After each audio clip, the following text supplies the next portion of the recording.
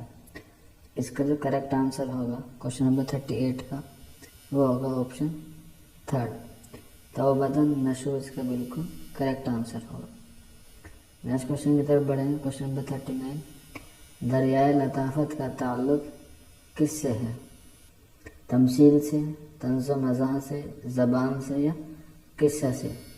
Question number 39 کا جو correct answer ہوگا وہ ہوگا آپشن 3 اور وہ ہے زبان سے۔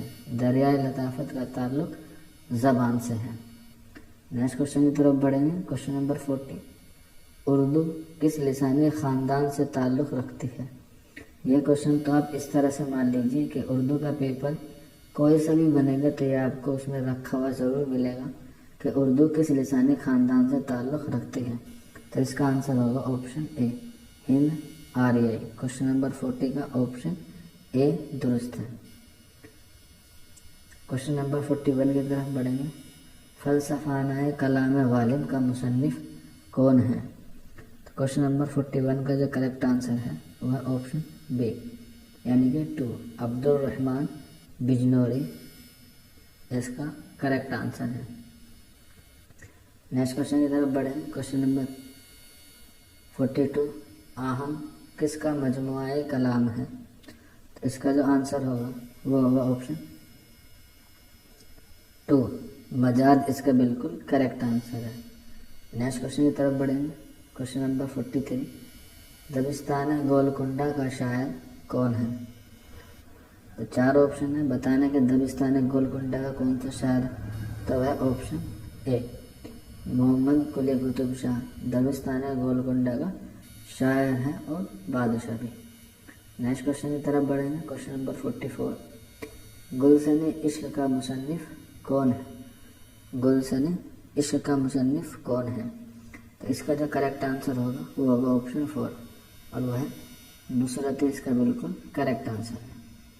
نیکسٹ کوشچن کی طرف بڑھیں گے۔ کوشچن نمبر 45 شعاع امید کس کی نظم ہے؟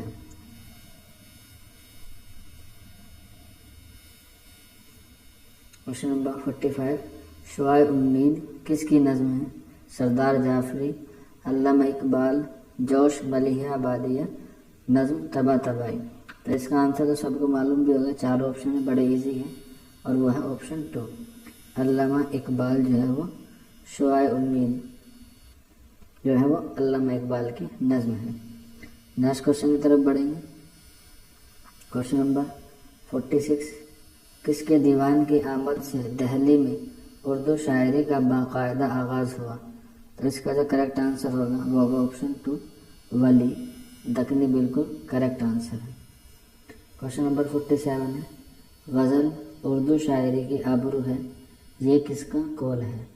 تو کوشچن نمبر 47 کا جو کریکٹ ہے سب کو آنسر معلوم بھی ہوگا اور اس کا آپشن 4 رشید احمد صدیقی، بالکل کریکٹ آنسر ہے۔